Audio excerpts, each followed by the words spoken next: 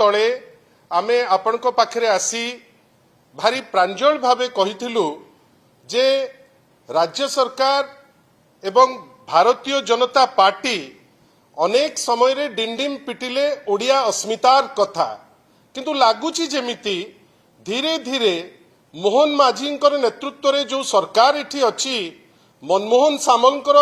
नेतृत्व रे जो दल एठी अछि गोटे जानिकिरी हो किंबा डेलिबरेटली जो फोकस रखिबा कथा ताकू अवॉइड करिकिरी गोटे पटे जोटा 2 दिन तले तथ्य आमे देइथिलु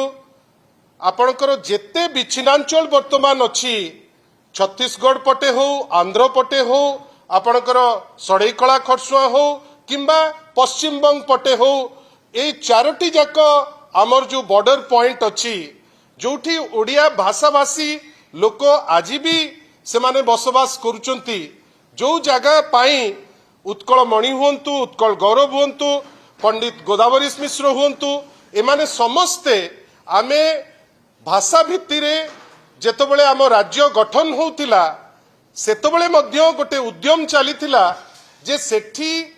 भाषा को बंचेइकरी केमती रखिबा कई विश्वास थिला भाषा बंचिले आमे बंचिबा। बंधुगण आमे आश्चर्य जे जो भाषा को बंचेइबा पई आमे उद्यम जारी रखितिले से भाषा पाई जो शिक्षक नियुक्त अछंती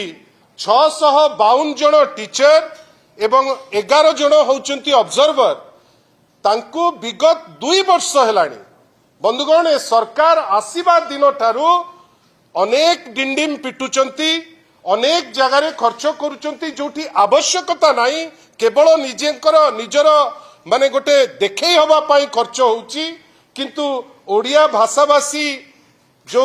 अंचल अच्छी जोटी ओडिया भाषा को बंचेबा पाई उद्यम चलीची 652 जन टीचर जे निरविच्छिन्न भावे काम करुचंती। बंधुगण 2 वर्ष हेलानी तांको आज पर्यंत दरमा मिली नाही। बारंबार से माने मुख्यमंत्री महोदय को भेटिचंती। मोहन माझी महोदय जेतबेले जाइतिले झारखंड को इलेक्शन रो कैंपेन करिबा पाई तांको दल पाई से सेठी मध्य तांको भेटितिले। जेतबेले बड़बिल आस्तिले केउंझर जिल्लार सेठी मध्य तांको भेटितिले। मुख्यमंत्री निर्भर प्रतिश्रुति देइतिले जे मु आपनकर ए जो पेमेंट अछि दबु कोन एंती प्रेशर तांकर पडुची काहे कि से ताकू चापरे चापग्रस्त हो जाउचंती आमे एपर्यंत बुझी पालु नाही। जो ओडिया अस्मिता को नेकरी वोट बेलुको वोट भिक्षा करथिले 2 वर्ष पैसा न देकरी निजे प्रमाण करुचंती जे ओडिया भाषा को मारिबारे ओडिशा सरकार गोटे प्रमुख हाथ रहुची। विशेष करी विच्छिन्नांचल रे जेतु ओडिया भाषा को मारिबा पाई से पछौ नांती आमे तांकू निंदा करूछु।